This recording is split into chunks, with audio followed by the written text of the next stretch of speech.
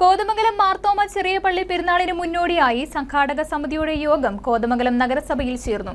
സംയുക്ത യോഗം municipal chairman K Tomy ഉദ്ഘാടനം ചെയ്തു.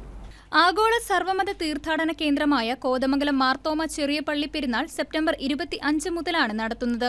സർക്കാർ ഫെസ്റ്റിവൽ ഏരിയയായി പ്രഖ്യാപിച്ചിട്ടുള്ള ചെറിയ പള്ളി പെരുന്നാളിനോടനുബന്ധിച്ച് ഹരിത പ്രോട്ടോകോൾ, ഗതാഗത നിയന്ത്രണം, ക്രമസമാധാന പാലനം, ആരോഗ്യ സംരക്ഷണം ഉൾപ്പെടെയുള്ള കാര്യങ്ങൾ കൃത്യമായി നടപ്പിലാക്കുന്നതിനു വേണ്ടിയാണ് സംയുക്ത യോഗം സംഘടിപ്പിച്ചത്.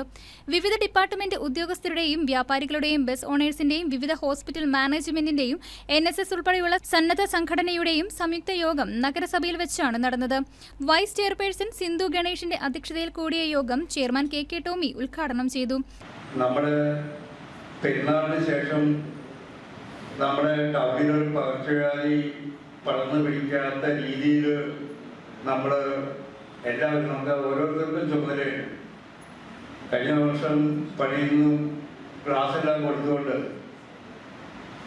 തീർത്ഥാടകർ വരുമ്പോൾ അവർക്ക് കുടിക്കാനുള്ള ചായയോ വെള്ളം എന്ത് കൊടുത്താലും അതെല്ലാം വളരെ കൃത്യമായി ഒറ്റത്തവണ ഉപയോഗിക്കുന്ന ഗ്ലാസ്, മറ്റ് പ്ലേറ്റുകളെല്ലാം ഒഴിവാക്കിയാണ് നമ്മൾ ഗ്രീൻ പ്രോട്ടോകോൾ പാലിച്ചത്. സ്റ്റാൻഡിംഗ് കമ്മിറ്റി ചെയർമാൻമാരായ KA Naushad, Ramya Vinod, KV Thomas, Binsy Thankachan, advocate Jose Varghese, ചെറിയപള്ളി വികാരി Jose Parathuvayalil, AG George, Shameer Panakkal, Rins Roy, advocate Sija Abraham, PR Unnikrishnan തുടങ്ങിയവർ പങ്കെടുത്തു. News desk KCV news.